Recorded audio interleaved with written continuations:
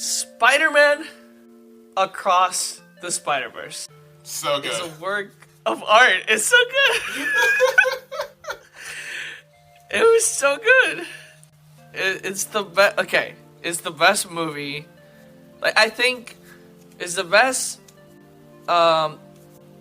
multiversal shenanigans movie. Oh, 100%. After Everything Everywhere All at Once. Like, because that movie was amazing. Yes. But it's live action. Yes. This is animated. This is like the best superhero interpretation of it. Like, No Way Home was good. Yes. This took it to another level. And like, this blew Doctor Strange in the Multiverse of Madness like out of the water. Like, that movie was such a disappointment on a multiversal level. But like, this movie, so much better. Nathan, it didn't just blow it out of the water, it sent it to the moon. Goodbye, Doctor Strange. Good flipping bye. This movie, just the beginning of the movie, with Gwen Stacy, right? It's like the start of the movie. It starts. Like, she's talking about, like, everything that's gonna happen. And I'm like, what's going on? And then she's like talking to us. Like, I think she's talking to us, but she's not. She's not talking to us. Mm-hmm. She's like talking to the people she's bringing on to her new band, right? Like, oh, spoiler alert, by the way. Spoiler alert. Yeah, watch the movie already. You haven't. Exactly. But it's like, she starts the movie. She basically spoils the plot of the entire movie. And you're like, what is going on? And then we get like 20 minutes or more of Gwen going through her life. It's like a whole, like, I was like, this is her movie. Yeah. Like, this is in some ways, this really felt like more of a Gwen movie than like a Miles movie. Like, even even Gwen, I felt like had more of an emotional, like, Miles had some emotional resolution in this movie, of course, but like, you can tell most of the resolutions coming in like the next movie, where like he goes on to like confront the Spot or like save his dad and stuff. But like, one of the biggest emotional resolutions of this movie just came from the conflict between Gwen and her dad, and like, that got tied up in a neat little bow by the end of this. So like, in that regard, it really did feel like a Gwen movie more than a Miles movie. But what I love about it is that they literally started with the logos and everything for Gwen's universe. They started the logos and everything, like Sony, whatever, blah, blah, blah, Marvel Studios, blah, blah. And yeah, with all that, you'd think they would start with the golden boy, Miles, but nope, they start with Gwen. No, they start with Gwen. And her world is straight out of the comics, first of all. Yep, gorgeous. The art style is straight out of the comics, but even more glorious. Like, it's so beautiful that I literally, Nathan, I literally just cried just because, like, not just because of the emotional beats, just the colors.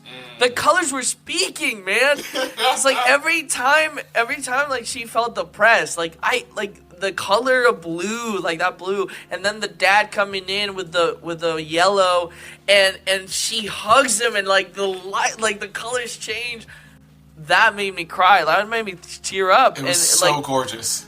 The moment she goes in to she ends the fight with the Vulture and whatever, and her dad comes in. The way the background kind of just washes off. I was like this in my chair. Like, I was just throwing back in my chair, like, oh my gosh. Like, I was throwing back on my chair, like, multiple times in this movie. But that moment was like, I was audibly saying, this is gorgeous. This is beautiful. Wow, this is incredible.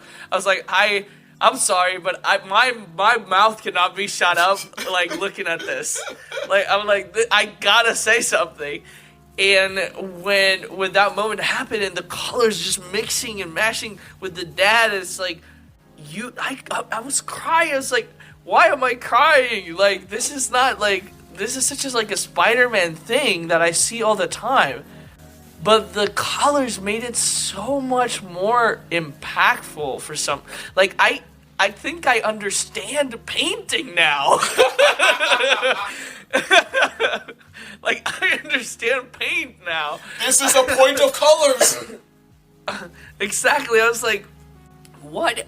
Like, because I have never, like, understood completely, like, what people feel when they look at paintings. I'm like, I feel like this person did something. It's like, but this movie just opened my eyes. I was like, wow, I think I can appreciate paint. I can taste the rainbow now, and it's beautiful. But yeah, like but Gwen, like her dad is like, I can't take this reality. I'm gonna arrest you, and she's like, what? Like, I'm your daughter. I'm your daughter. Come on. Like, you think I killed my best friends? Like no, you gotta go to jail. Like, put your hands up. And she's like, nah, I'm gonna dip out. And she dips like, out. I reject your reality and just leave altogether. Yes. I'm gonna go to my own reality. She's like, well, my parent, I don't know what I'm gonna do. I'm just gonna leave my universe completely unprotected. They'll be fine. They'll be fine. No, but, it's so interesting, because it's like, I always have this question. Do you think, why do people avoid going to jail? Why do superheroes avoid going to jail? Like, what do you think that is, like, why isn't that, like, a trope? Like, I see a lot of movies where it's like, I'm like, well, if you're trying to, I understand you're trying to do good, I understand you have a secret identity, but at the same time, you did commit a crime. I think we probably just, like, have, like, this is all just me spitballing, but, like, I think one hand, there's just kind of, like, a shame that, like, goes with, like, going to jail, where it's like, oh, now that person's going to jail, it's like a permanent mark on their permanent record of life, and so, like, once they get out of jail, they'll, like, will always forever scar them. Kind of like how there's that whole, like, thing where how ex-cons have a hard time, like, getting back into society after they get out of jail because, like, that's a permanent scar on them. And then B, I think it's like, it kind of feels like a slap in the face where it's like, oh, I've been trying to do all this good, and now all of a sudden I'm being sent to jail for trying to do the right thing, and, like, that feels horrible. And C, I think it's just more of a logistics thing where it's like, oh, if I get sent to jail, that means my secret identity gets out.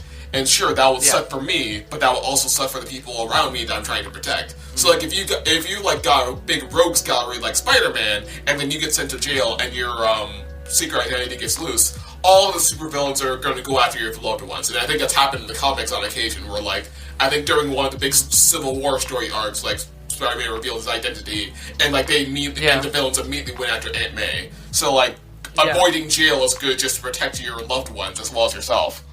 Yeah, that is true.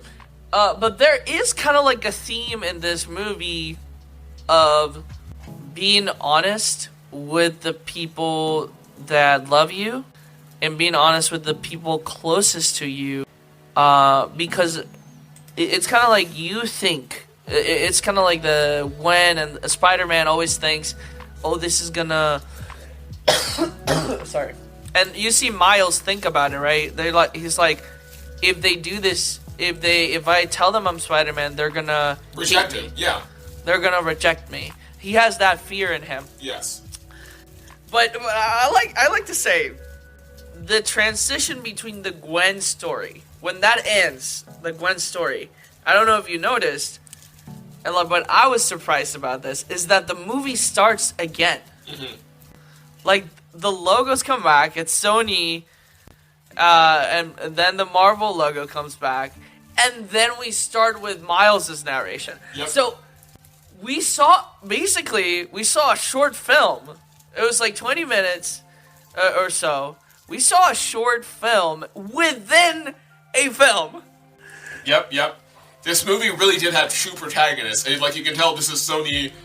Like, now that Sony has, like, stumbled on gold with the first movie, and, like, now they have, like, legitimate, like great potential for a great franchise. This is them going all in on it, where it's like, okay, not only do we have Miles as a great protagonist that we could make a franchise off of, but now we have Gwen, and we're going to invest in that, and that's why we're going to have, like, a 2-hour and 20-minute movie just dedicated to the two of them and trying to, like, set up this whole franchise, because we need something to compete with Disney, and it's like the best we've got right now.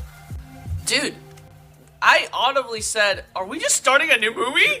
Like, what the heck?" Like, because I was like, "Oh my gosh!" Like, it shocked me so hard because the movie started already. Mm-hmm. Like, I've never seen this before. Like, I don't know if you have seen that before, like in any other movie or something, because I've never seen that, like, starting over. Like, the movie starting over is such a... I think the only thing I can think about is, like, Scott Pilgrim. Mm-hmm. I think is the only thing I can think about where the movie starts over because he dies, and he basically goes through the entire movie again. Mm-hmm. Like, but it's like, I've never had that experience of, like, I start a movie, I'm watching a movie, and then, bam, that ends, a new movie starts. It's crazy. It felt like we were traveling to different universes. It felt like this is the one universe. This is where this is the movie in this universe. Like, there's a universe where this is the movie that you're watching, and then we're traveling to this other universe where you're watching now the Miles movie. I can't think of a movie that's done that off the top of my head, but honestly, going into that, it reminded me of playing the intro of Kingdom Hearts 2, which is kind of infamous for a similar thing, where it's like you spend like a couple hours with this one protagonist, and like he goes through this whole story arc, and then his story arc ends at the end of that intro, which again took a couple hours, and then you go to the actual main protagonist. You actually go to Sora, and you're starting from scratch with Sora after that introduction. So, like, in that regard, it was similar to this. But, yeah, I can't think of a movie that's done that. Only video games. So, yeah, it was shocking to me, and I was like, this is revolutionary in so many ways. Like, they are doing things that nobody has done before. This hasn't been done before. It's like, and the fact that I enjoyed it, I was like, this is amazing. It was incredible. It's like, it just shows you how you can experiment with the formula that has been built throughout history in film. And, like, I really love, again, that what we were saying is that seems to be, like, this theme of that maybe if you're honest about your secret identity, you can essentially change the canon, basically, events. Yeah, change the narrative for yourself. Exactly, from happening. So it's like, basically, Gwen telling her dad, like, actually removing the mask and telling her secret identity to him caused him to leave the police force, and he never becomes captain, so he's not gonna die. Mm-hmm. Because what we learned in this movie, and which is something that I never actually realized, like, I never actually, like, realized this completely. I knew that somebody close to you died as a Spider-Man, somebody close to you, but also a captain of the police force, which I didn't realize that was, like, a thing, and then I thought about it. I was like, yeah, actually, that is true. Yeah, like, they did their research. There's always two deaths. Like, there's always the death of a loved one, and the death of a captain. That's really funny. That like in a funny in that, like, not like haha way, but it's, like, funny. Like, I never thought about that before. It's like there's a pattern here, and I think that's the thing with Miguel O'Hara, is that he's seeing a pattern, and he's identifying that as, oh, this is, like, canon. Mm-hmm. This needs to happen. And I just don't think so. I think this movie is basically, and this maybe could be just my interpretation of it, but I see it as a fight between choices and destiny. Mm-hmm. What is real? Is destiny real? Are choices real? Like, what is real? And, I personally think that there is, I believe in a sort of predestination as a Christian, but I don't believe in destiny. I believe that there is things that are set to happen and will happen. I do believe that, but I don't believe it's necessarily destiny. I believe that there's choices along the way, and those things can coexist. Just because something is set to happen as a, let's say, like, call it a canon event, right? Mm-hmm. That doesn't mean that the choices that you make along to get that into that don't matter. Mm-hmm. Like, so basically there's choices and there are canon events. I do think Uncle Ben needs to die for Spider-Man to become Spider-Man. Mm-hmm. Or not necessarily Uncle Ben, but you know what I mean. It's like a relative dies so that Spider-Man goes like, oh, these powers are meant for something more than just for me to make money. Because that's basically all Spider-Man always thinks about that first. It's like, oh, how can I benefit from this? Mm-hmm. And then when their relative or loved one dies, they're like, oh, this is more than just that. Mm-hmm. I need to use this. They either go, I need to use this for good, or they go, oh, I need to be careful with life. Mm. Life is like I need to be careful. And I think Miguel O'Hara is wrong, and like Spider-Man doesn't need trauma. He needs experience. He needs to realize life is important, and I don't do this to benefit myself, but to help others. Mm-hmm. Like, that's what Spider-Man is. Spider-Man is this character that tries to... he has gone through these events, and he's like, I'm going to try for that not to happen to anyone else. That doesn't need to happen to anyone else. I'm going to save all the uncles out there. Yes. It's like with every superhero story, where it's like there's always going to be pain, but the hero doesn't... It's not the pain that makes the hero the hero. It's a choice to rise above that pain. It's a choice to, like, let that pain fuel them to do good, as opposed to saying, no, this pain has to happen. And, like, yes, pain is inevitable. Pain will always happen. But the point is to get back up from that pain and to try to keep that from happening to other people. Let that pain inspire you, otherwise there'd be no point to it altogether. But the problem with Miguel is that he thinks the point is the pain, and the only reason he thinks that is because he's been burned by thinking otherwise, because before that he thought, oh, I have a choice in the matter, I can live happily, I can enjoy myself, I can do this, I can, like, go above my circumstances or change my circumstances, but then he got hurt and hurt other people as a result of that, and so as a result he overcorrected, thinking, oh no, I don't have a choice, I'm defined by my circumstances, if I try to go beyond that, it just leads to more hurt for myself or for others, and so I can't do that, and I can't let anyone else do that. Whereas Miles, his opposite philosophy is, no, you do have a choice, and, like, you do have a means to do something about this, and it's just a matter of choosing to get back up when you do face the pain, but also trying to do what you can to make sure other people don't get hurt, because, yeah, you do have a responsibility to do something if you have a means to do so. But you can't just, like, again, like this, and this is a recurring theme in the first movie, where it's like, yeah, you'll get knocked down, but you're supposed to get back up when you do get knocked down. Like, you're not supposed to stay down, and from Miles' perspective, Miguel is basically just staying down. Yeah, and what do you think? Do you actually think that Miguel O'Hara actually caused that world to disintegrate? Because I don't think he did. Like, I think he interpreted that way. I think that event that happened, I think probably was a collision with another timeline, and that's why, like, it got destroyed. Like, he just assumed that just because he was there, he was the cause of it.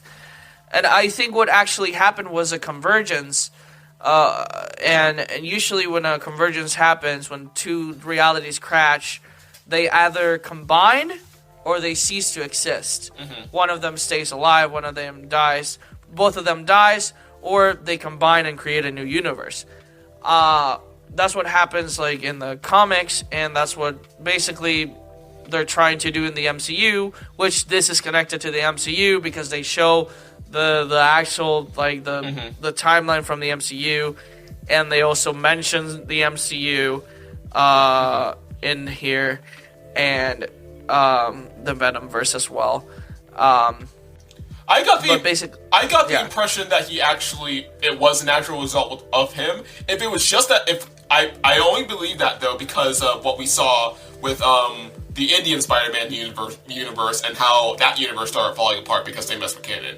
If they'd just given us that flashback of Miguel, I would have thought, okay, this feels a little suspicious to me, maybe there's more to the story. But the fact that the story also gives us an actual, like, tangible example of what happens when you mess with the canon and how that messes with the reality, I'm more inclined to believe that Miguel actually caused his reality to fall apart. But I think regardless of whether or not he actually did it, I think the main point here is that he believed he did, A, and B, that he's making the point, and I think this is still true regardless, of that your actions do have consequences. And I think that's the main point that he's trying to make, and like that's what he represents on a philosophical level. And I think he is correct, and I think that is a recurring theme we see both in this movie and the prior movie, of how if you do too much if you're not careful with the power or means that you have, if you're not responsible with the power that you have, that will cause a lot of damage. I mean, just look at Kingpin and like what he tried to do, where it's like he had all this power at his disposal, and he tried to like upend his circumstances, and he nearly destroyed multiple realities as a result as well. And that's why those Spider-Man had to stop him in the first movie.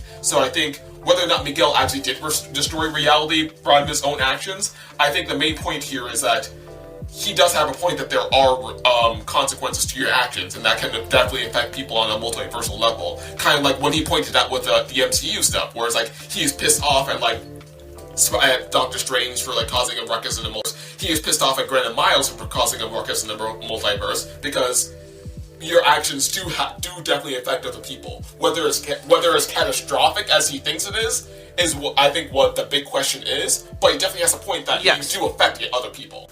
I agree. I agree that there are consequences. I agree that canon events are possible, that they're an actual thing. Because we do see that in the MCU as well, that the canon events, they're called something else on the MCU, but that if you try to change that, basically you can destroy reality.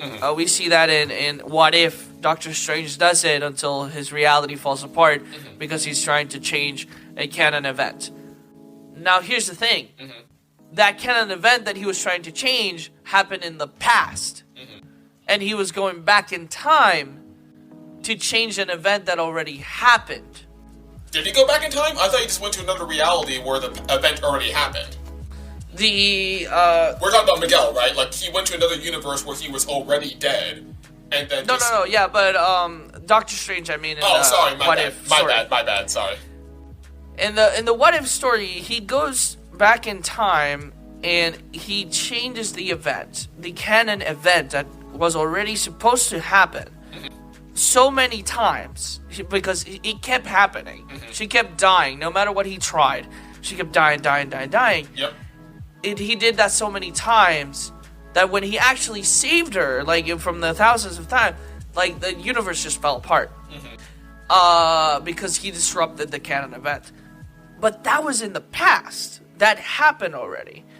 Now, here's my thing with Miguel O'Hara. It's like, I get where he's coming from, but what he did is very different to what he wants everybody else to do. You know what I mean?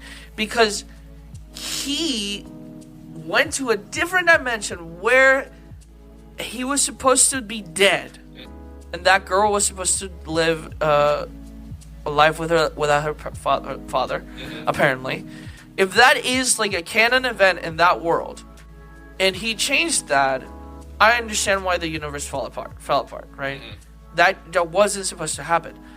But he created an algorithm based on past experiences of each Spider-Man from all dimensions. And he's saying that all these experiences need to happen exactly the same way for everyone else. And that is where I think he's wrong. Because these events haven't happened yet. There are universes where, like, Peter Parker doesn't even exist, or Peter Parker doesn't get beaten by the radioactive spider. Gwen does. So there are changes in those events. Like, Gwen Stacy was able to, when she revealed her identity, she was able to make her dad go away from that, so he no longer fits the archetype of the commissioner that dies. And her, right? So, or the captain that dies, sorry. So I think that the problem is that he algorithmically is predicting the future, and he's being like, we have to let that happen. And I think that's where the evil comes from. Yes. Because I think that's not what a hero would do. And you see it come again, right? Is the trolley problem. Who do you save? The one or the many? What does Spider-Man do in Sam Raimi? He freaking saved both! The Green Goblin was like, choose one! Your loved one or these children in this, like, freaking, like, thing. He tossed both of them, and he went for both! He went for both. He saved his loved one, and he saved the kids. Like, and he did it. And that's the amazement of the superhero, right? It's like you do not do the trolley problem. You go down there, you save that guy from the rail, and then you save the other people from the rail as well. Yep. And the idea of Spider-Man being like, no, we have to let that one person die so that the whole universe gets to live is kind of like, no, I have to do both. And that's Miles is being the antithesis of Spider-Man in that moment. He's being, no, you can save both. Like, and a lot of people would say like, well, that kind of makes no sense. Like, you know, but that's what superheroes are. Yeah. Like, superheroes are, no, let's save the one person. Yes. You know, over the many, even though they are gonna save the many, they are still gonna save that one person. Yep. Like that's the goal of every superhero, and that's clearly Miles' goal in here. And obviously, you can't save everyone, and that's reality. But at the same time, you can't let that stop you from trying. Yes. There's that powerful line that Spider-Ham says in the first movie, and that they replay in this movie, that like the hardest part of this job is that you can't save everybody. But even though you can't save everybody, and that's reality, you still have the choice to actually try to, because you can save more than you think, and that's what this boils down to. Where Miguel is so caught up in circumstances and saying, resigning himself to his circumstances and denying his own agency, Miles is like, no, I have more agency. I'm not going to I acknowledge these circumstances, but I still acknowledge that I also have a choice in this matter, and so I have more agency. Where like Miguel thinks he has no agency, and therefore no one else does too. Like it's all defined by circumstances. Where Miles is like, no, I have agency, I have choices. My circumstances are important, but I will not let that stop me from doing what I want to do or what I need to do. And that's like the big clash of their philosophies right here. Exactly, and dude, you made me think about the scene at the end, where because you mentioned the Spider Porker thing.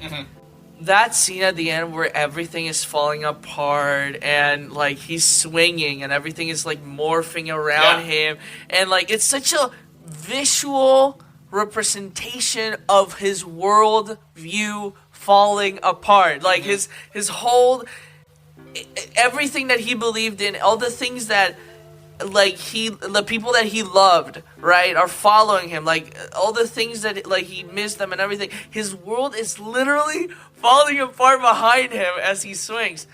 Oh my god, it's so good. Like you can't, like, I mean, you can try to do that in live action, but I think it's not gonna, I don't know if it's gonna like look, I don't know if people are gonna understand what's going on in the moment. Right? Because in this moment, like, I accepted that reality. For a second, I was like, what's going on? And then I was like, no. This is happening in his mind. His world is falling apart, and they're showing us his world falling apart. Oh, so beautiful. I was like, wow. Like, this movie, like, even at the end, I think the beginning and the end has such a artistic interpretation of film. It's just like what's going on screen is like, it was amazing. Yep.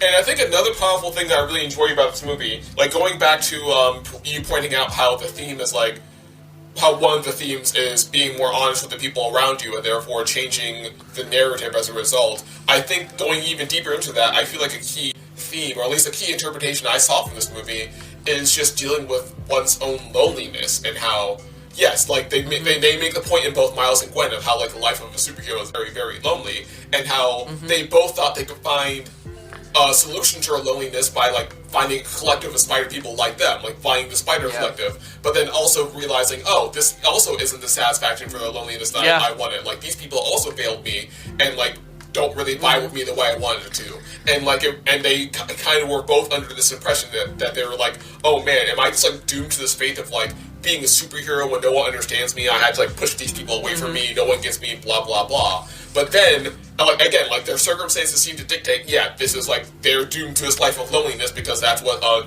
superhero is quote unquote cursed to. But then they both upend that by making the choice in the midst of that circumstances. They both make a choice to be more honest with the people around them, be more honest with their loved ones, be like, hey, this is what's going on right now. I feel like this, and I'm hiding so much, and it's just I feel a lot of pressure, I feel a lot of pain, and I don't know what to do with it.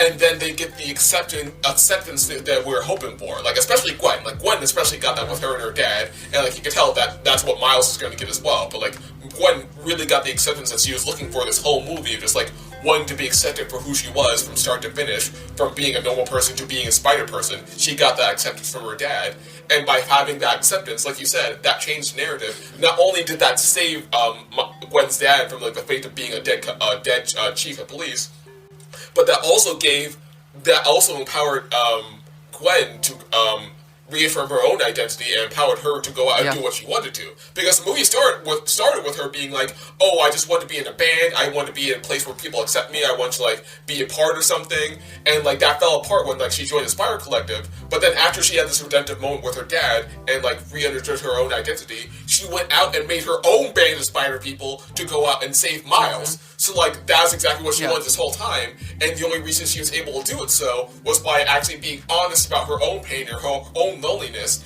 and that really helped her feel on a visceral level, oh no, I'm not as alone as I think I am, so therefore I'm empowered to make more choices than I think I do. I'm not resigned to this fate of being a lonely superhero. I can be an empowered individual who's loved by others and who can connect with others and lead others and be a part of a team of people that actually accept me and know me. Yeah, exactly. I think the what you mentioned is like that loneliness, that sadness. You always try to look for other people to fulfill that, and you're like, well, no, you have to. There are already people that love you and accept you where you are. It's just that you decided not to be open with them. Yeah, you need to give them a chance to do so. Otherwise, you're hurting yourself in the long run. Exactly, and like that's always been like a deal with me, right? It's like, why would you have a secret identity from your family and friends? That's always been like a little bit with me with Spider-Man. A little bit of a beef I have with the original take on it. It's like of him keeping the secret identity with everybody that he loves. Right, I always like when he reveals it to them. Like I like it. I like the MCU where it's like he didn't, like the first thing he did was like reveal it to his best friend. You know, like I mean it didn't happen. He didn't say it, but his friend found out. Like, right, and I think all your friends would find out if you're like a superhero. Come on, like if you are a superhero, sorry, your parents have to, like your parents know. Like my parents know things, like without me telling them sometimes. I love that moment in the MCU when like Aunt May finds out just by like walking in on Peter, like unmasking himself, and she's like, "What the?" And, like that's exactly what would happen if you're a real like teenage superhero trying to keep a secret identity. Your parents will find out, so there's no point in trying. Yeah, like if your dad or mom is gonna walk inside the room without asking or knocking, and they're gonna be like, "Oh, what?" Not what I was expecting when I was walking in on you, but I guess it's better than I thought it was gonna be. Yeah, but here's the thing. Another thing that I think we need to talk about is what do you think about? I like Spider-Punk, right? And I've seen the comic book, right? And the reason he's an anarchist, but the anarchy is against like an actual like evil corporations within the universe. like they're like this universe is like controlled by like actual like evil people, and so he's an anarchist taking down a evil institution. So what do you think? What do you think about anarchy? Like, what do you think about like Spider-Man, a Spider-Man that promotes anarchy and kind of wants anarchy to happen within even that organization that they made of Spider-Man? Again, it's one of those things where like it's taken to extreme. I don't vibe with it, but like when it's more nuanced and balanced, I can see good in it, and I see that good, especially in this movie, where it's like I appreciate it. I appreciate Hobie. I appreciate Spider-Punk as being like an unexpected mentor figure for Miles, because Miles' main problem going into this movie is that, like, again, going back to what we were talking about before, he was feeling very lonely and insecure, and thought he could find that resolution by putting himself as part of the Spider Collective and like being accepted and all that, and like finding his happiness there. But as we come to discover, he didn't find his happiness in that, and I think part of the reason he realized that, I think, was his interactions with Spider-Punk. So I think Spider-Punk helped him realize, no, you can be more of an individual than you're acting like, buddy. Like, you don't need to put your blind faith in this corporation or blind faith in all these people and assume that like they'll satisfy you, because that's like the wrong way of doing things. And that's exactly how we get these like evil governments into power, by putting our blind faith in these people. Think for yourself a little bit more. Try to be more of your own individual, and then you'll see what you actually can and can't place your trust in. So like, in a more nuanced look at it, it kind of reminds me of like on the when we talked about the idea of stoicism on the Overthinkers podcast, with this whole idea of like, no, you shouldn't let other people influence you too easily. Stop and think about what you're doing. Stop and look at yourself a little bit more, as opposed to looking at everybody else. And when you have more of that foundation in you, you're able to navigate life a little bit easier, and you're not so easily swayed. And so the good I see in Spider-Punk is like, he's that stoic kind of individual where he knows who he is, he knows who he wants, he's not going to blindly accept the collective just because it's a collective. Like, he's going to have some level of suspicion for it. Now, of course, taking it to extreme, where it's just pure anarchy, and you have a suspicion of every single collective, and where you don't want to cooperate and do anything, or just want to do your own thing, that's obviously bad. But I think in this movie, in this context, he brings a healthy sort of counterbalance to the idea that Miles was having to begin with, where he thought, oh, this will just be unequivocally good by like trusting this collective, where it's like, no, I need to actually think for myself a little bit more and trust myself a little bit more, and be willing to clash with this collective, where it clashes, where it starts to do things that I don't really agree with. Yeah, I think it's played, the anarchy in this is played as a joke, but also as a, like, as you said, like, if it's balanced, when he's actually, like, I think because he joined the team, right? I think he was joined the team, and then I think he sees, like, he's been studying, like he said, like, I'm studying the enemy, right? It's like, he's been studying to see if what they were doing was right, I think, right? Yes. Because that's what, like, I feel like anarchy, right? The anarchists, right? If you kind of see it as a black and white thing, which is what the comic book he comes from, is very black and white, because the anarchists are the good guys and the corporations are legitimately evil. Mm-hmm. Like, they're not these corporations that are good. Like, they're the Norman Osborn's corporations, you know. Like, they're actually like evil, and all the superheroes are kind of like in this anarchy kind of thing, because they're trying to fight against this evil corporations. And that's what the world he's coming from. So I think you gotta understand the context of the comic book he's coming from, and not judge him based on like what we conceive as anarchy, because the anarchy that we conceive is more nuanced than the anarchy that what he's coming from. Like, we know that, and we know that a lot of these universes are more simplistic. I mean, Spider Porker comes from a cartoon world. In his world, he can like freaking throw an anvil on someone and they're gonna be fine. It's like, and like. And that's not very violent in his world. Rather, like, if you try it in Gwen's universe, you're gonna kill someone. Right. Like, that's gonna be seen as bad, right? And the same thing with the Vulture. that came into the world. Like Gwen was like, "Hey, be careful, your papers. Like, don't use fire." You know, because like he's using fire like on this universe, and she's like, "Your paper, dude." So it's like it's also seeing the context of what comic book they're coming from, and it's like understanding that, I think.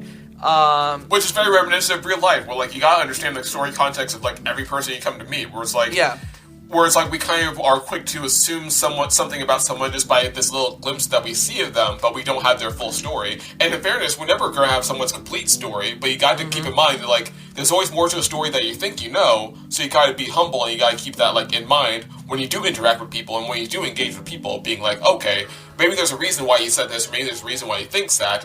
I shouldn't immediately assume the worst in them. Be willing to give people the benefit of the doubt, because there's a whole story behind them that you don't know about, a whole context for them. Yeah, I see a lot of people like saying that Miguel O'Hara is evil, and I'm like, I don't think he's evil. No. Like, he's just overcorrecting. He's not evil at all. Yeah.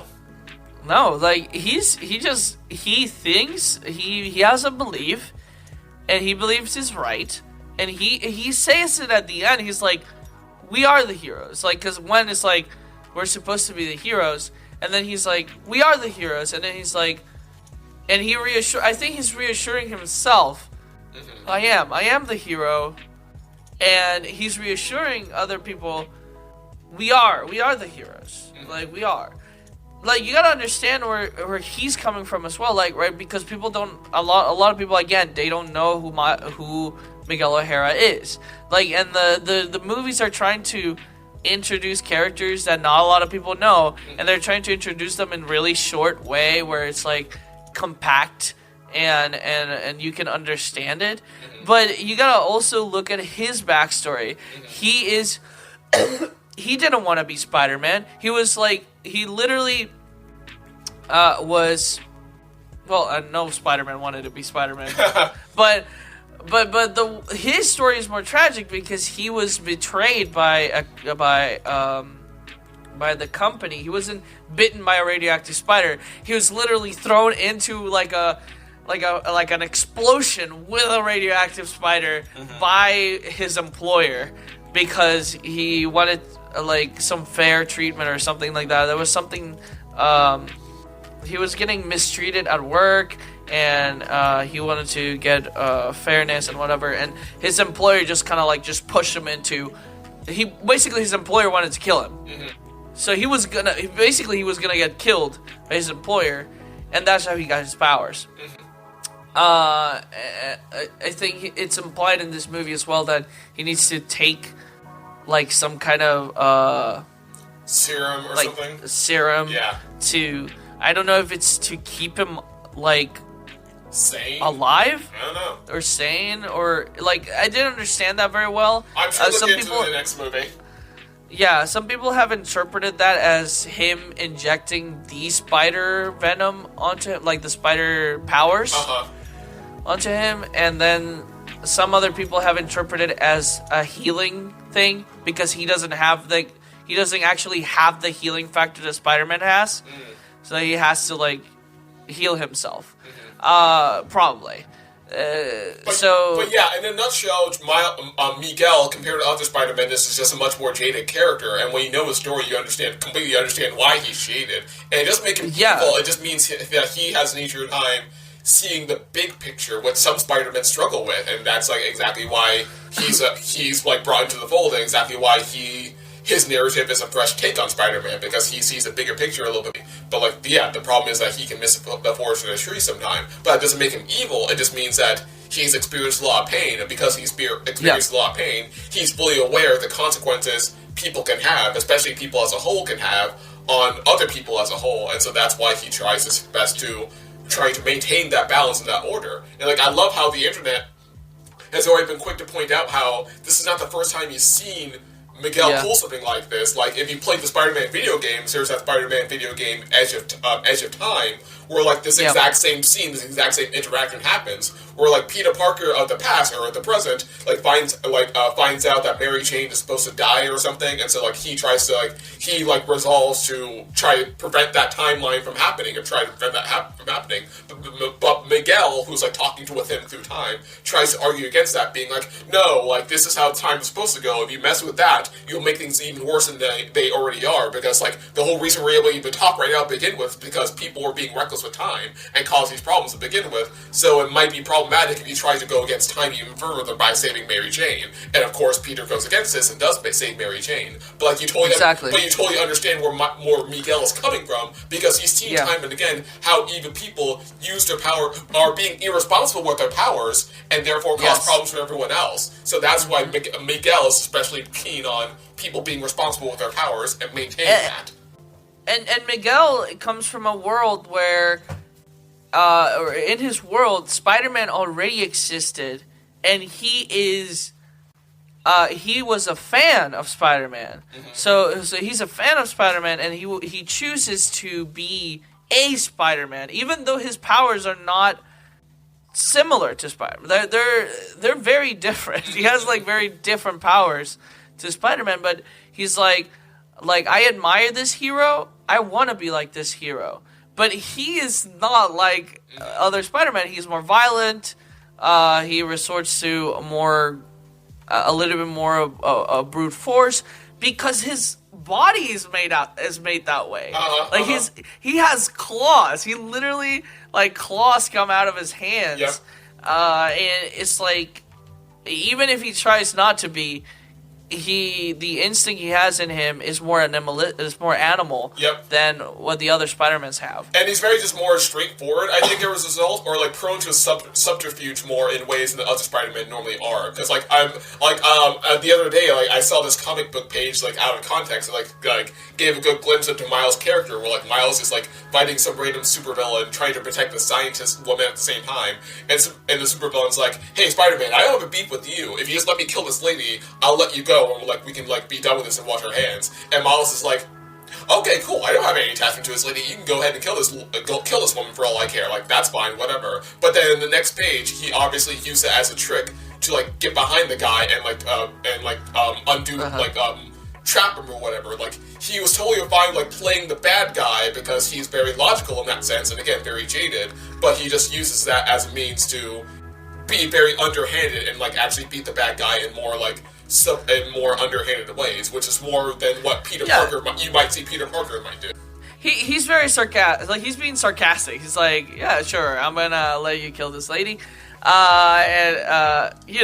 he's being sincere about it. But that he's actually like, you can be shocked for a second, but you know that like that's not what he's gonna actually do. Right. And which what I love about. And one of the things I love about Spider-Man, right, and the character, is the fact that he talks. He talks to his villains. Like, he talks to them. Like, he doesn't only quip them. He doesn't only tell them jokes and stuff like that. He sometimes lets their guard down, right, and starts actually talking about why they're doing what they're doing. Mm-hmm. And, I feel like this movie is exploring the idea of Spider-Man itself. Like, what is to be Spider-Man? Yeah. What is it to be Spider-Man? And who, like, it's not about who's right or who's wrong. I think it's more about, like, at the end of the day, they need to learn from each other, yeah. I think. Are you willing to engage? And I think we're going to have, like, an all-out war between two Spider-Man sides, right? And I think at the end, they're going to come together. Mm-hmm. And they're going to be like, they're going to notice, or they're going to learn. Like, I think Miguel's going to see, like, oh, you were right. We don't have to follow this future timeline that hasn't happened yet. But I do think that we still need to be careful with how we go around our universes, right? Yeah. We can't just we can coexist. I think we can coexist, but like we need to be careful of what we do in those universes. And I think that's exactly what Miguel or what Miles and Gwen will acknowledge on their side when they come to a reconciliation with Miguel, where it's like, okay, yeah, we fully acknowledge how much we too have screwed up with the multiverse, and we also acknowledge how much the Spot is screwing up in the multiverse by being irresponsible with his powers. So Miguel, you do have a point. We do have to be responsible in how we operate with these things. But yeah, but also, like you just said, Miguel acknowledges, no, we do have more of a choice in the matter. We can coexist. Yes. It's like both sides will come together and unify in their fight against the Spot. To fight the Spot. Yes. Yeah, exactly. And I think they both will learn the lesson. Yes. In that fight with the Spot. Because here's the thing. I think the Moonbatten thing could have been the Spot. Mm-hmm. It is possible. You know why? It's because the reason I think about it, right, is because the way they presented the Miguel universe destroying or ceasing to exist, it did look was different. not the same. It was not the same of what was happening in Moonbatten. Like, the thing that was happening in Moonbatten was the collider energy that they explained, that Miguel explained, was sending other people to other universes. Like, because there is something that is sending, like, the opening, the rift that was caused by the collider. By the collider is the thing that is causing villains to jump from different dimensions. Like, that's why we see that in that's what happened to Venom. Venom wasn't sent to the Marvel universe because of the events of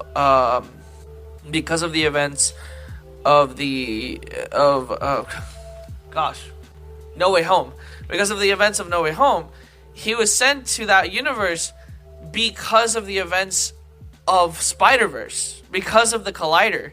Because for him, he didn't know Spider-Man. Like, he didn't know Peter Parker. But he was transported to this other world because of the events of the Collider. And that's what, basically, they retroactively have corrected the error of those other movies. Where it's like, they were, like, it was kind of getting confusing. It was the same thing with Morpheus. It's like, why did, like, the Vulture come into Morpheus' world out of nowhere? You know, it's like, why is he on Morpheus' world? It's because the portals have been opening up like that, like they did in Moonbatten. And it's like, that, I think the Spot is causing now those rifts that the Collider caused. But they're destructive because he's taking, like, right? And because basically you can see it as kind of like the universe is opening and giving, right? The universe is giving something, right? But now he's taking from the universe, so that's he's taken away from it. Like, and you see, like, in his design how, like, he's taking from the universe, like, these, like, the black stuff, you know. I think that he caused that in Moonbatten to happen.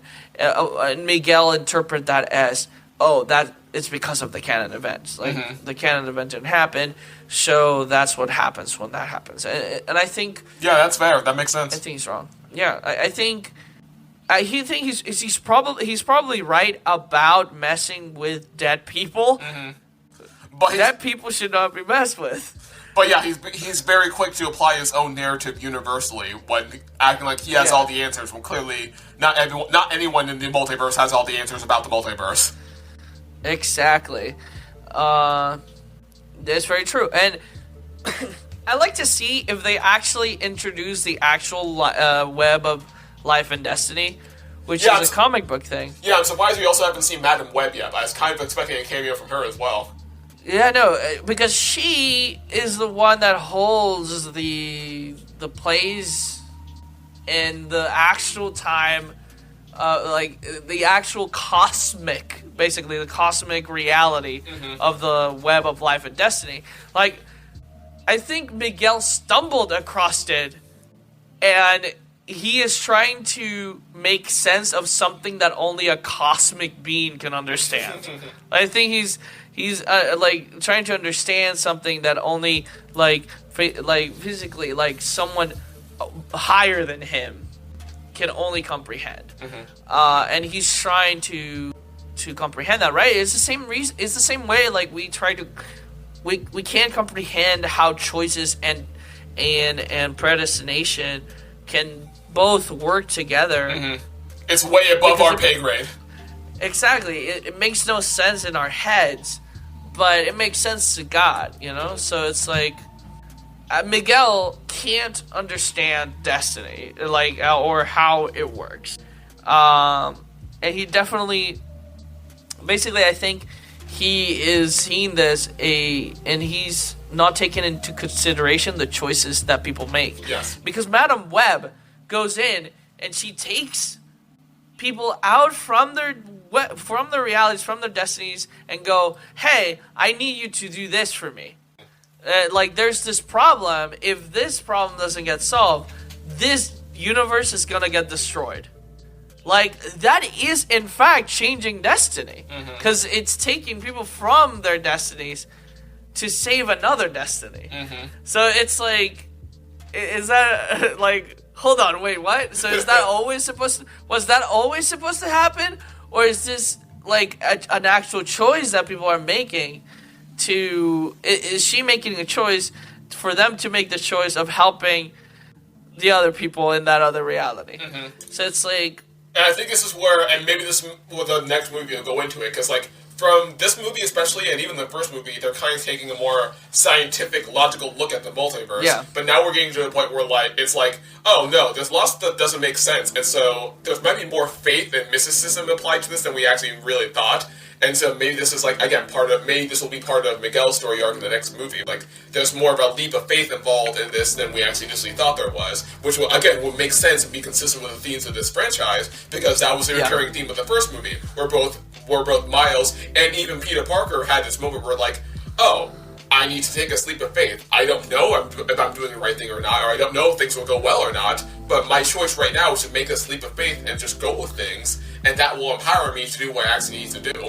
And I think that's about what these characters are about to learn on a multiversal level now. I'm very excited to actually see where this story goes. Like, every single thing in this movie was so good. Like, the Lego the Lego part, I was not expecting that, man. That was so fun. I was not. Just seeing it, like, I thought it was just gonna be like a little cameo thing, where, like, just saw it, he pops in, he pops out, but we come back to it. Like, we come back to it, and Peter Parker's, like, walking, and he's, like, talking to, like, everybody, and he calls Miguel O'Hara on the elevator. It's like, good job, Peter, you truly are the best of us. Yeah. And I love how they actually got an actual 14-year-old kid to animate this. Like yes. This is so amazing. Yes, and like, I for a second I was like, oh, he stop motion animate? No, he's an animator on YouTube. He does, like, the kind of like the Lego movie kind of animations. And he makes, wow, he's really good at it. Like, dude, like, the animations of this guy, like, I was subscribed to him. Like, I didn't know it was him.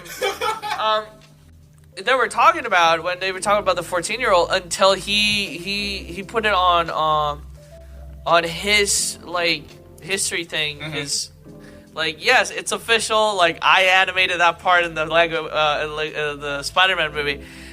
Oh, that's so cool. That's amazing. That's so cool. That's so awesome. I think, all the universes were cool. Like, there was the universe, he also traveled to the universe, like, of like the comic books on the 50s universe as well. Like, the animation is spectacular in every single universe. Yep. Like, it's so crazy that he went to the Venomverse as well. That interaction with live action was... And Donald Glover as the Prowler. Like, yeah, those live action cameos were just, like, so seamless with the animation. It was so good. Oh my gosh, that was so fun. Seeing Spectacular Spider-Man as well. Yes, I was so hyped. I was like, oh no! I was like, oh my boy, Spectacular Spider-Man. They even gave him a voice line too. Josh Keaton. They did. It was so good to hear you again, boy.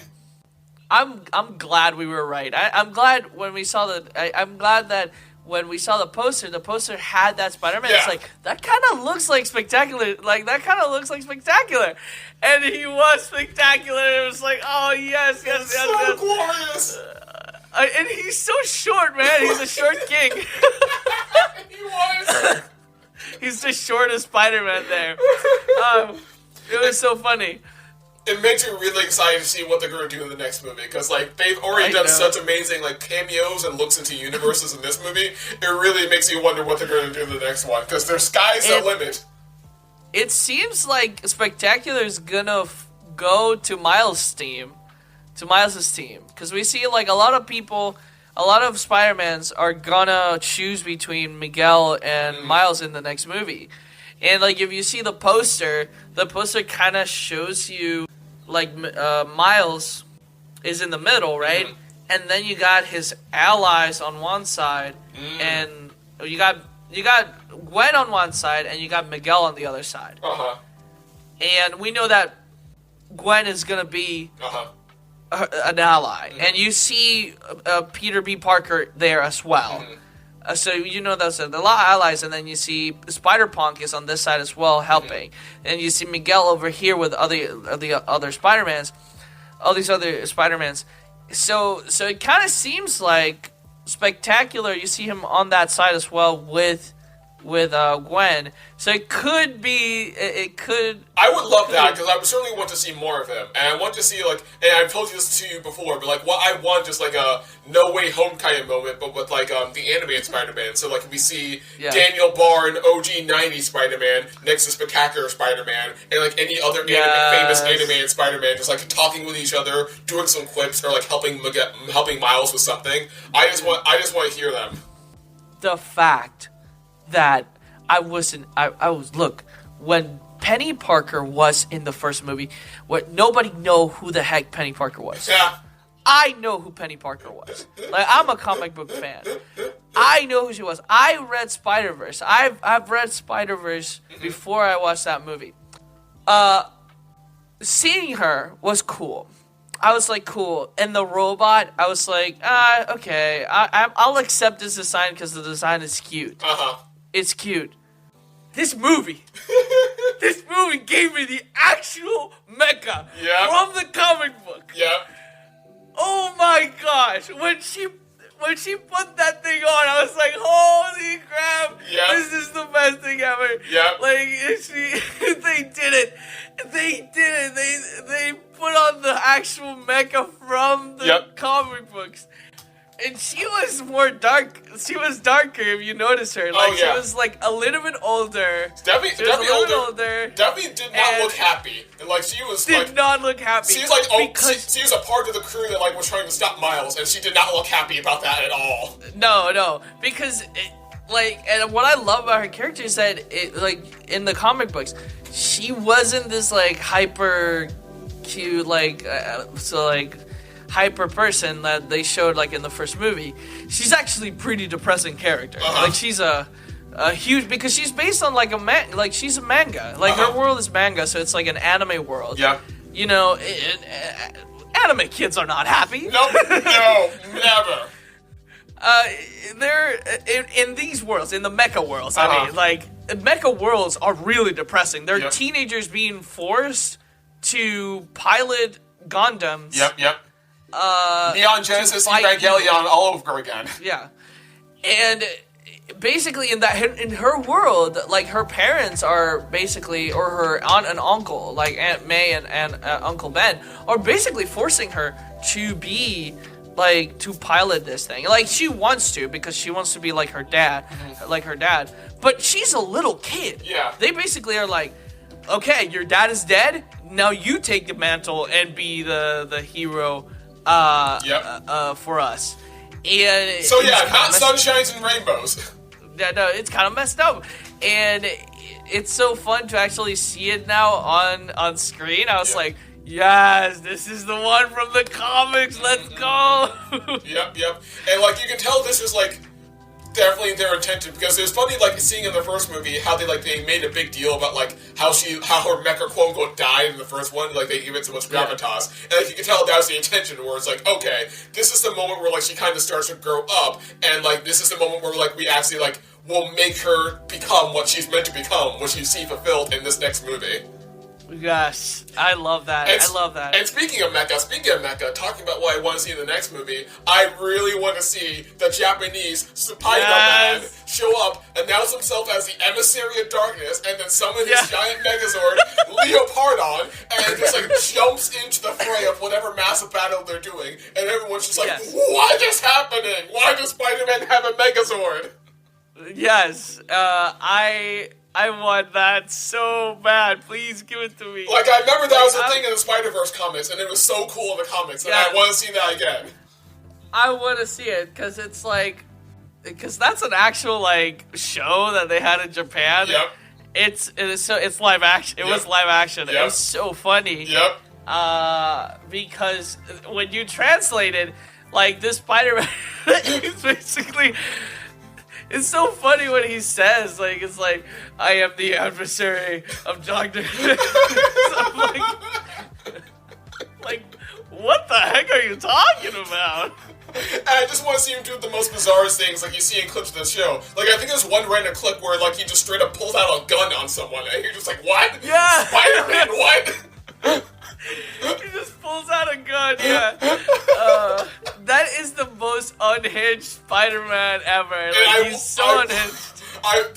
It'll be so glorious to see that animated, because I know they'll do that well. Seeing an unhinged Spider-Man just doing the most wacky stuff. Like, we thought it was wacky seeing Spider-Ham in this. We thought it was weird seeing like Spider-Punk in his animation style. But just seeing this live-action Japanese unhinged Spider-Man just pull out guns and summon robots, we'll just like send everyone for a loop, and it'll be hilarious to watch. Yes, I'm so excited for that. You know, some of the people in my theater were like, "What? It's over?"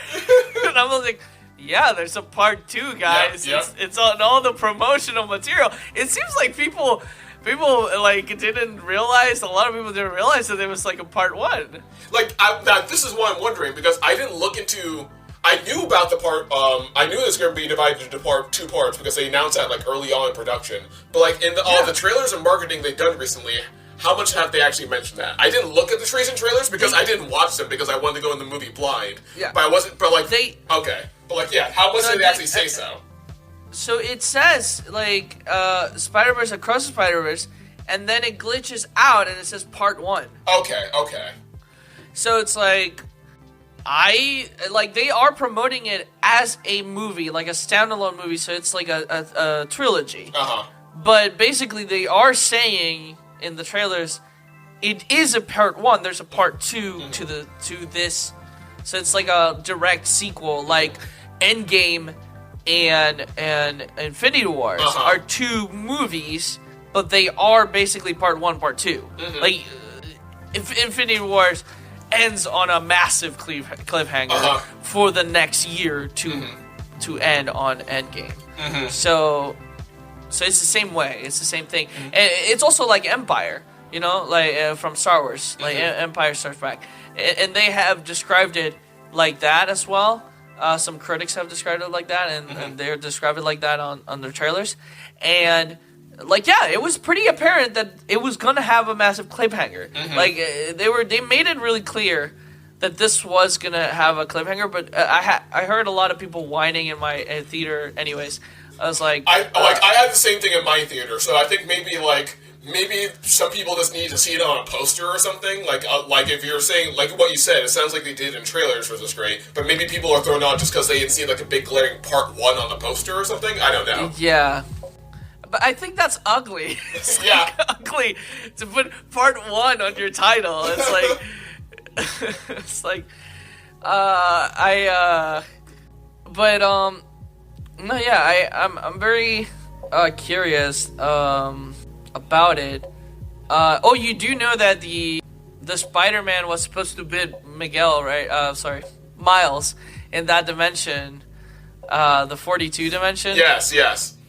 Yeah. Like the spider was supposed to bit that Miles Morales from that dimension. A lot of people are kind of confused about that too when the movie shows it to you. Like at the beginning, I guess it's really fast. I guess it was like one of the criticisms that Joe had with the movie was that it was too hyperactive.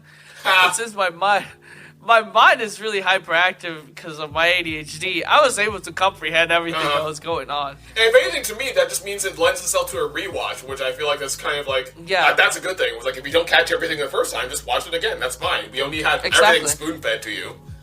Exactly. I really enjoyed that. I think... I don't know if you saw Joe's review on it. No, I didn't. But... So like he reviewed it saying that it was kind of like the continuation of Hollywood saying that authority is bad and it needs to be taken down or whatever. Which is, I don't know, that's what the movie was trying to say. I can see how I can kind of get that, but I felt like, and maybe they just haven't built it on enough. But again, I feel like this is kind of like building up to a nuance where it's like, both sides have a point that they're going to learn from each other. Maybe they're leaning too hard on like the anti-authority on this side, but I feel like that's exactly what they're setting up for the next movie to get into. But yeah, I didn't feel like this is that anarchist. No. I don't. I didn't feel like just because there was a anarchist Spider-Man, I didn't think this is an anarchist story. I think no, like no. This is Gwen's story. Gwen is like, hey, it's not the anarchist Spider-Man story. He's not like, and I don't think he's pushing his anarchy on anyone. Yeah. I think he's he literally just was like, it was really cute when he's like, that's an anarchist baby. It's like, it's like, oh yeah, and like if anything else, the plot of this movie hinges around saving multiple authority figures, and I'd say that the only quote unquote authority in this movie is Miguel, but like he's a self-proclaimed authority, like we're just saying. Exactly. He's acting like he knows everything, but like we're pointing out, he clearly doesn't know as much as he thinks he does, and his problem is that he doesn't realize that himself. And that's what I tried to tell Joe, but like I was like, Joe, I know you had a movie creator. Like you're the professional critic. I want to tell you how to do your job, but exactly. I was like, I don't want to tell you how to do your job, but I think Miguel O'Hara is not meant to represent authority. I think he's meant to represent like someone who thinks he knows what he's doing and has the authority because everybody else thinks that he is right because he's the only one with the experience of a fallen universe. So he's self-proclaimed, like you mentioned, like a self-proclaimed authority. So it's like less distrust of authority and more distrust of like people of older generations who have raised us who like think they have all the answers and like we're starting to like question that. And so this movie felt more like that as opposed to all authority is bad. Just more like, no, we have some questions that you haven't really acknowledged. And Miles follows, and here's the thing, like that is a really great point actually, because Miles follows the authority of his parents. Yeah. He in no moment he's like, oh, I am not doing these things because I want to fight the authority of my parents. Like I don't want to listen to them. Like he's not doing that. He's like being Spider-Man, and that is causing friction with the authority of his parents. Like he's not legitimately trying to disobey or not listen to them. He's just being Spider-Man. Yes. Now, of course, there was that one moment where he disobeyed being grounded and went out on that date with Gwen, but that had immediate consequences that he felt bad for. And then when he got further punished, I got the impression he's prepared to follow that, but then his mom was like, no, go ahead, you'll be punished when you come back, go follow Gwen and do your thing. So, like, he didn't, he had some problems, but, like, he wasn't outright disrespectful. Exactly, because he lives in a Puerto Rican household. You can just not be disrespectful to your parents. Like I think, and that's such a nuanced thing, right? Because I think as an American, you're gonna be like, as an American, saying whatever to your parents is not a big deal, but saying whatever to your parent, to a Puerto Rican mom, is basically blasphemy. Yeah. So it's like, you gotta say, "Si, mama." Yes, mom. Like, you gotta. Yeah, like that moment in the movie where Miles did that, and like you saw the anger flare up in your eyes, like you just felt that, like, ooh. And then everybody turned around because everybody in that building is basically from that community. It's like everybody's like, "What do you say?" It's like, so you see that authority is not being, like trying to be taken down, like. Even when Stacy, like, she's also not trying to fight the authority of her parents. So, like, authority is not being trying to take it. This movie, I don't think it's about taking down authority. No, this movie is just about a newer generation trying to grapple with the older generation, and both sides are trying to learn to give a little. Exactly, and you can see it in when Gwen comes along and says the names of his parents instead of saying sir or stuff like that. It's like. And my parents had to get used to that as well because they were always used to hearing like Mr. Raymond or like stuff like that or sir, but my friends would just call them by their names, and like I was like okay. My parents were like, oh, I don't like that, but it's like, well, you know, it's like. It's a thing. And that's so funny because like that's pretty much the opposite for me. Like with my friends, where like I would specifically call his Spanish mom and white dad like by their last names, like Mr. DeCipio and Mrs. DeCipio, whatever. And they're like, no, Nathan, just call us by our first names. We know you forever now. Just call us by our names. Yeah, no, like you have access to the name. You have access to the name when you are close to the family. Yeah. It's like the Japanese, kind of like the Japanese culture, where it's like you only call people by the last name unless you like have like a familial bond. Yeah, very much so. But yeah, well, this has been fun conversation about this movie. I don't know. I think it's a five stars, man. I think it's a 10 out of 10. It's just a good movie. Good. I think it has a good message. I think it presents two ideas very well, and you don't feel like one of them is the villain. I feel like you know that the Spot is the actual villain, but you also kind of see his point as well. Like you see his perspective as well. But you know that he's actually doing really bad stuff. Yes. He's the actual villain of the story. It's just that we haven't gotten there yet. Yes. Like, we haven't gotten there yet. Like, you get a glimpse of it, because, like, you can tell his character revolves around the fact that he's been disregarded his whole life and hates being disregarded. Kind of like Electro in Amazing Spider-Man 2 or whatever. So it's like, and he's lashing out as a result of that. And, like, again, that kind of fits with, like, the main theme of this movie, how, like, Miguel was disregarding Miles and all of that. So, yeah.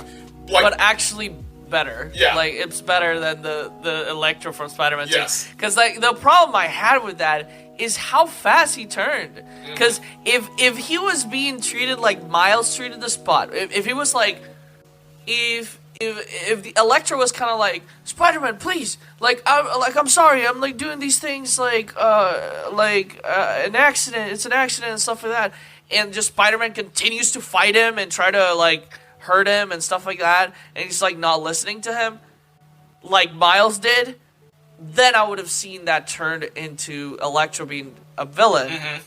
That would have been better. Because it was handled so much better in this movie because of Miles' choices. Because of him not taking him seriously. He basically made him want to be even more powerful. Now you gotta listen to me. Now you gotta look at me. Yep. I am your nemesis. Look how I am gonna be taking away the things that you love. And like and again, it goes back to like talking about how much people can let their circumstances make the choices for them. Because he was like, oh well, I turned into this monstrosity, so I lost my job. No one will accept me. No one will give me a job. No one likes me. So it means my circumstances say I have to be a supervillain, and so I'm trying to accept this role. And then you, Miles, are like disregarding me, saying I'm a good villain at all, which pisses me off even more, and wants to make me double down into the circumstances that have been chosen for me into being a supervillain. So like he thinks that he thinks he's doing a good job by making the only choice available to him, and then Miles is like, "Nah, you're so bad at that, buddy," and then that just makes him want to double down even more into it. Yeah, I think the answer to this villain was a hug. Like, honestly, and an apology. Yeah, because I think that's all he wanted. He was to acknowledge, hey, you made me this way. It's your fault. Yeah, and he was coming at it. I don't think he was coming at it very antagonistically. No, he just want Miles to take responsibility for his actions, and Miles was not acknowledging him. Yeah, he was really friendly about it. In fact, like, when he's, like, stealing the machine, he's like, hey, dude, like, he's trying to, like, it's like, it's like people are not listening to him, and I love that. I love that aspect of it, because sometimes in real life, people don't listen. They just look at they see a monster. Yep. They see a monster, they see a person that they can't relate to, and that's where discrimination comes along, right? Yep. Like, they see a person they don't relate to, they don't understand, and they go on with violence, right? And then that makes that person react, being like, okay, fine, I guess I'll be the monster you think I am, and then maybe then you'll listen to me finally. Exactly, because even when he's stealing the machine, or when he's trying to steal the machine, he's trying to explain to the person, and I understand wanting to defend your store, right? Right. Like, obviously I understand that guy, but he's trying to explain, hey, like, I had an accident, like, nobody wants to help me, my family, like, disowned me. Like, no job wants to accept me because of how I look like. And, like, he's even like, I'm not even trying to hurt you. I'm not even robbing from you. I'm just robbing from this machine. That's not even yours. Exactly. It's belongs to the bank. Like, he's trying to be cordial. He's trying to be logical. And then things escalate when Miles shows up and disregards him. Yeah, because he's like, I'm not stealing from you. Like, he didn't go to the register, and he didn't go to the man himself and be like, hey, I'm gonna menace your life. I'm gonna threaten your life. And I'm gonna take your money, like, or he didn't take the food from the place. He was like, no, I'm gonna take this machine because this machine it belongs to the bank. So in his mind, he's like, this is the only way I can get money. This is the only way, like, without hurting anyone. Yep. He's like, I'm not trying to hurt anyone. I just need to live. Yeah. It's like. Just like we were saying about Gwen and Miles, he was lonely too. Like, he was being disregarded and rejected by everyone, and so his last hope of being acknowledged was by Miles. Like, he's trying to pull the whole Joker and Batman thing. Like, you're my nemesis, we're connected to each other, I acknowledge you, you acknowledge me, we need each other, blah, blah, blah. And then Miles is like, nah, fam, you're just a villain of the week, you mean nothing to me. Yeah. And that sent him off the deep end. Like, exactly. He tried to open up about his loneliness in a sense, and he got rejected, and so that made him double down to the supervillain role. And now think about it, he did steal the machine. He was saying that, like, he's like, oh, Spider-Man, yeah, this is exactly what I wanted. So he was kind of stealing as well the machine so that Spider-Man would notice him. Yep. He could have started hurting people with his portals, but he was like, I'm just going to do a petty crime, see if I could get his attention. Like, all he cared about was getting Spider-Man's attention, and he got annoyed whenever Spider-Man got distracted. Like, when he's taking a phone call or texting, and he's like, "You're being very disrespectful in this fight right now." Like, the only reason he put up a fight at all was just to get Spider-Man's attention. He didn't hurt anyone. He didn't care about anything else. It was just so he can finally be acknowledged by someone, and Spider-Man was the only option he had left. Exactly, and it comes out of this awesome theme of Spider-Man not always, but Spider-Man sometimes causing a villain to be created. That doesn't happen all the time. People like Norman Osborn are themselves just horrible people, and they become the villain when some accident happens. We got the Rhino. Rhino's also a choice. You got Kraven. Kraven is also a choice, right? Scorpion a choice. But then you have characters like Venom, who's kind of like, Venom gets rejected by Peter, like, because Venom is on himself trying to be there for Peter. He's like, we are together, right? But during that time, he hurts Eddie Brock, and when he takes Venom off, he also hurts Venom's feelings. So both of those people combine to create a villain. Yep. So it's this theme. Is this thing of I guess like another canon event, which is Spider-Man creates a villain, and I guess he created the villain. Like, Miles has created now this villain for himself. All because he threw a bagel at him. All because he threw a bagel at him. Yeah. But yeah, like that's very interesting as well, because it's like he could have stopped all this from happening, and I think he's gonna realize that as well. I think he's gonna be like, hey, maybe I do have some accountability to take here, because I did cause this. I caused this from happening. Yeah, and he's basically he did to the spot what Miguel goes on to do to him later on in the movie. Because Miguel's like, oh, you shouldn't even be Spider-Man. You were a mistake. Like, you shouldn't be part of this at all. Like, you're nothing. And that's exactly what Miguel does to the spot, calling him a villain of the week. Exactly. Miles does to the spot. Yeah, sorry. But no, it happened to me too. Like, they're really similar. Yeah. But yeah, I think there's a parallel there. Yep. Like, it's a good parallel. I think that's such good. Every story, like, everything's so well written and connected to where you kind of see where the resolution is gonna go. Like, I think I can see it.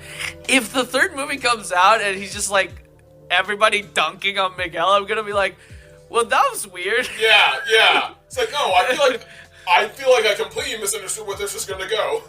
Yeah, I was like, I think everybody needs to learn a lesson. I think the Spot is gonna learn a lesson. I think Miles is gonna learn this, and I think Miguel is gonna learn a lesson. And they're gonna come together, work together, I'm very excited for this sequel coming out next year, hopefully. 100%. Did they say next year? Did they give a time frame? I'm so excited. It is supposed to come out next year, but I am a little bit nervous because this movie did get held back. It was supposed to come last year, but it did get held back. But I don't care, it did. So long as we get the quality, so long as it's worth the wait, we do not mind. Yeah, I do not mind. I was like, wow, this is so good. This is so good. But yeah, what do you give it? What do you give? Oh yeah. Is it I definitely agree with you. I'd say 10 out of 10. Yeah, it's just a good movie, man. It's just a good movie. And you can just keep talking, like, you watched it again and you're just like, I want to watch it again because I know that I'm gonna see things that I haven't seen. Yes. And hopefully I can actually hear what Spider-Punk is saying, because I could not hear anything he was saying in my theater. I don't know if you had audio issues like everybody's having them. I had issues with the beginning of the movie, like when Gwen was giving her opening monologue, and like I couldn't quite hear her voice over all the drumming. I think part of it was just because my theater was talking a lot too. But yeah, I'm looking forward to rewatching a movie just to hear stuff I didn't hear and just to see stuff I didn't see. Like, this movie definitely feels like it's a rewatchable movie, and I'm very excited about that. Because some movies you see where it's like, oh yeah, that was good, but I feel like I got everything I want to see on the first watch. Like, I don't feel like watching it again. But this movie, no, I definitely feel like watching it again because I feel like there's a lot I missed. It's a sequel that trumps the first one, I think. What do you think about that? Because I think this one is better than the first one. The first one is amazing, but this one is like just topped it up. Like it topped it all. Like it went up in the tier. I think it does a great job of building off everything that the first one does. It does a great job of escalating. I will still forever love the first one because it like sets everything up, and I feel like, on one hand, I love like everything this movie sets up and everything is going to be, because like you can tell they're building a franchise out of this, and I love like that they're setting everything up. But on the other hand, I do love how relatively straightforward and simple the first movie was. So like I love both for very different reasons. Like I can never really, I'm not sure if I can pick one over the other, but I do love this does everything else. I love how this movie does everything a sequel should, of like building off everything that came before it. And I love how the first one does this good job of like breaking the ground and making it so a sequel can actually exist. Yeah. I guess I like the story of the first movie more because I like that movie's self-contained, so there's an ending to the story. Yes. While in this one, there's no ending. It's just we're waiting for the next movie for the ending, right? As a story, as a self-contained story, I prefer the first one. As a visual form of art, I prefer this one. I see because that was building blocks. It's necessary. That one's necessary, but this one, the first one walked so this movie could run. Yes, and it runs. It runs hard. 100%. it's eye candy. It's Yep. just eye candy. Like every frame, you could literally filled your whole walls with posters of this movie. Like it's just like every frame. Take a frame, like this put it on your wall. This movie is why I wish and hope that our culture will take animation more and more seriously. Because like this is the beauty of animation, and this is the beauty of art, and like how much you can get, how much emotion and pathos and all that stuff you can get out of just like making up, just doing some really good animation. And like I hope this will like I hope this movie and this whole franchise will help normalize animation as more of an appreciated form of art in the mainstream. This movie needs, just like Spider-Verse won all those. Did it win Oscar? Did it win an Oscar? Yeah, the first one definitely won an Oscar. Like, this one needs to win Oscars. Like, all of it, in all categories. Yep, yes. All the categories needs it. Man, like, yeah, no, I hope they begin to take... Like, I don't think animation is a category. It shouldn't be a category. I think it's more of a... This is just a good film. I think, animation is a tool to deliver a story. And I don't think it should be a category viewed as something, not just a genre. It's not a genre. It's a tool that can have many genres in it. Because then we go like, oh, animation is a genre, and then the subgenre is comedy or action or drama. Like, no, it's like this is a drama. This is a drama. Like, this is a epic, action-packed comedy adventures. Yep. Like, this is incredible. Like, it has as much emotional weight as Avengers Endgame and should be taken just as seriously. Yes. Like, it should be taken no less seriously because it's animated. Like, it has the same movie magic as any other big-time movie that has come out in the past few years. Yeah, because it even has the shots, the camera angles, everything. Everything's so beautiful. Oh god, those like shots of like seeing Miguel and Miles and Gwen like sitting upside down on the gargoyle and looking at New York. That was gorgeous. And I wish more Spider-Man media did that. Like, I can't think of any other Spider-Man media that like just did that simple but like profound shot of just like looking at everything upside down. That's awesome. The only thing I can think of is comic books and and some of the animated series kind of did that. That makes sense. At some point. Like none of the major, like, you don't see that in the same Raimi movies, I think. No, like, not that shift of perspective is not very common. Yeah. Commonly used. Yeah. I think the only thing we got was like that Spider-Man kiss. The Spider-Man kiss. Yep. Famous. But like, again, another reason why animation like lends itself well to those kind of things so easily as opposed to live action. Wow, no, but it's incredible. I mean, how insane was that ending of showing us the feelings that Miles was giving us, and all these flashbacks to the first movie, showing the world collapsing behind him, until we realized, oh my gosh, he's not in his world. This is not his world. Like, when he talks to his mom, and you're like, he's not in the right world. I called it before they said it in the movie. I said, he's not in his world. And then Gwen was like, he's not in his world. I was like, I called it. Like, the moment his mom was like, wait, who's Spider-Man? You knew something was up. Like, that was a funny joke, but like, also, what? Hold on, what? Like, cause first I was like, would the mom know it? Like, this is a funny, like, Latino joke. Like, this is funny, but like, also, wait a minute, that joke makes no sense. It's like, it's a funny mom joke because you're like, you tell your mom something and they're like, well, I don't know who that is. But it was so, I got confused because I was like, hold on. Like, his mom should know what Spider-Man is. Like, she even said it, like, in the, like, because I know that was kind of like, because I think it happened and then there was like an imagination of Miles then saying, hey, I'm Spider-Man. But I think that was actually happening where she was like, hey, I heard that new Spider-Man is Puerto Rican. Yeah. Like, that was actually happening, and then Miles stands up and he's like, no, I think he's Dominican, and it's like, and then the fantasy starts where he's like, what if I tell them who I am? In that moment, I think that's where the fantasy starts.